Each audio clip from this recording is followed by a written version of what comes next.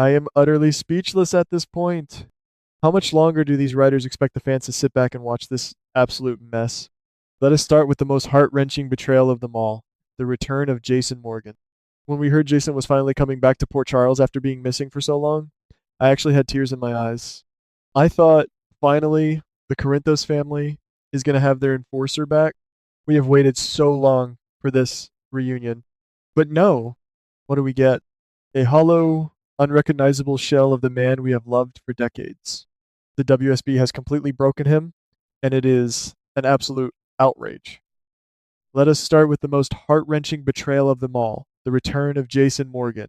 When we heard Jason was finally coming back to Port Charles after being missing for so long, I actually had tears in my eyes. I thought, finally, the Corinthos family is going to have their enforcer back. We have waited so long for this reunion. But no, what do we get? A hollow, unrecognizable shell of the man we have loved for decades. The WSB has completely broken him, and it is an absolute outrage. He is not our Jason anymore. The traumatic experiences he suffered while in the custody of the WSB have altered his fundamental personality, and watching him push Sonny Corinthos away is like a physical knife to the heart. Sonny and Jason are the absolute bedrock of this show. They are brothers in every sense of the word.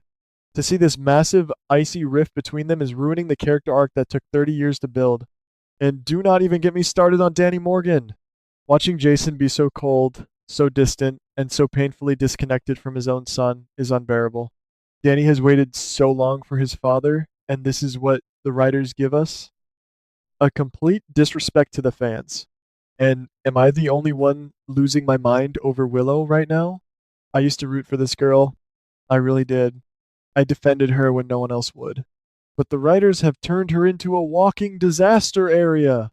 She is currently facing the catastrophic consequences of her own terrible choices, and I have absolutely zero sympathy left for her. The fact that her incredibly dark secrets involving Drew and the psychotic Jen Sidwell are finally being dragged into the light is exactly what she deserves, but it is a complete mess for everyone around her. Michael Corinthos is once again being pulled into a vicious, bloody war because of the women in his life.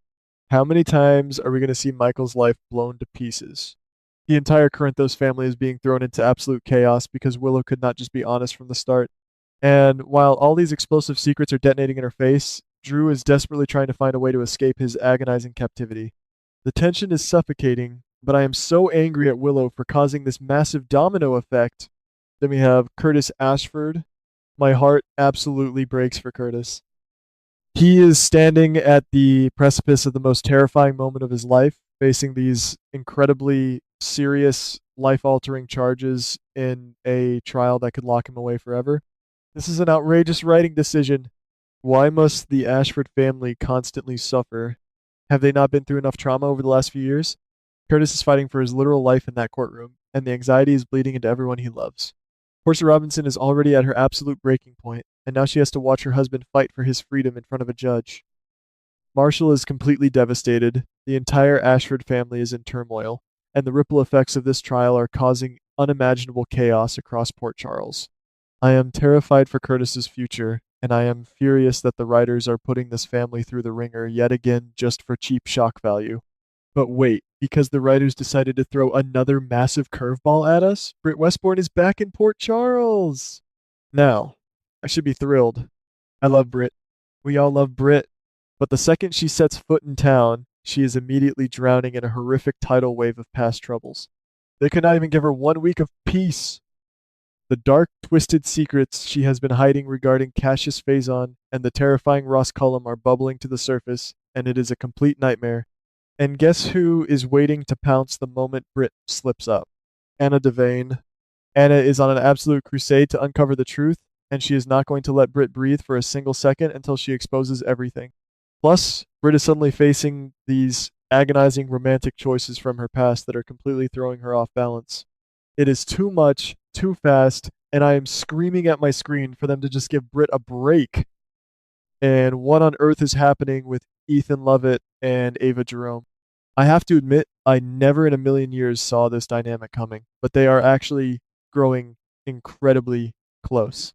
After surviving so many near-death experiences and dangerous situations together, They have formed this undeniable, intense bond. It is bizarre, but in a show full of terrible decisions right now, it might be the only storyline that actually has some fascinating chemistry.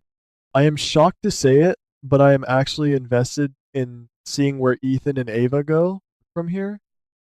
Meanwhile, Cody is running around town chasing after a wanted fugitive, acting like he is some action hero, and somehow, this is bringing him closer to Molly. Molly, can you believe it? The writers are clearly testing the waters for a new chapter for both of these couples, and I am sitting here shaking my head because the pairings are just so chaotic and completely out of left field. But let us get to the truly explosive drama. The absolute truth about Cassius Faison's identity has finally been exposed.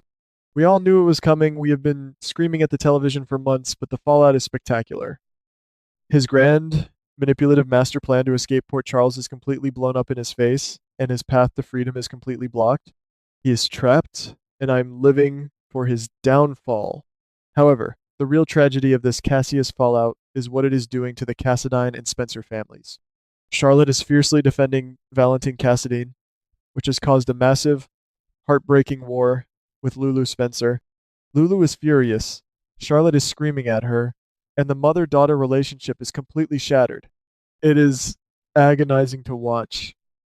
It has gotten so incredibly toxic that Charlotte is literally forced to pack her bags and find a new place to live. A young girl torn between her mother and her father, and the writers are just twisting the knife deeper and deeper. It is a massive disrespect to the fans who have invested so much in this family dynamic. Why do they insist on destroying every single family unit on this show?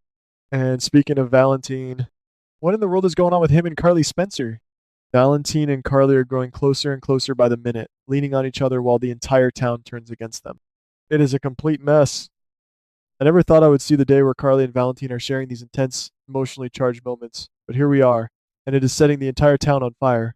Lulu is fighting tooth and nail against this relationship, absolutely disgusted by the fact that Carly is aligning herself with Valentine. And Anna has returned to Port Charles with a briefcase full of vital, highly dangerous information, and she is on a one-woman mission to take Valentine down for good. Carly and Valentine have suddenly become the absolute center of attention in Port Charles. Their romance is causing massive shockwaves, and the target on their backs is growing by the second. Now, I need everyone to brace themselves, because this next part is what truly set me over the edge. This is the absolute peak of outrageous writing. Jocelyn goes head to head with Ross Cullum. It is a massive life or death battle over the WSB and this ridiculous cold fusion device that has been haunting the show for months. Jocelyn actually manages to stop Cullum, which is crazy enough for a college student, but in the process, she accidentally exposes her true identity. Jocelyn is a secret agent? Are you kidding me? I nearly threw my remote at the television. I am utterly speechless. Since when is Jocelyn a highly trained operative for the WSB? This completely ruins her character arc. We have watched her grow up, and suddenly she is a secret agent hiding in plain sight? It is absurd. It is insulting to our intelligence, and I cannot believe they actually put this on our screens. And now, because her cover is blown, she is the number one target for every dangerous syndicate on the planet. This is a complete betrayal of the show's grounded history. And just when you think it cannot get any darker, Jen Sidwell is gearing up for his final apocalyptic showdown with Sonny Corinthos. Sidwell is out for blood, and the show is practically promising us that this violent war will result in massive, devastating losses. We are about to see months of simmering conspiracies and violent plots explode all at once. I am emotionally exhausted. My heart cannot take much more of this outrageous writing, and I am genuinely terrified of who we are going to lose when the dust finally settles. The writers have completely lost their minds, and we, the loyal fans, are the ones paying the ultimate price.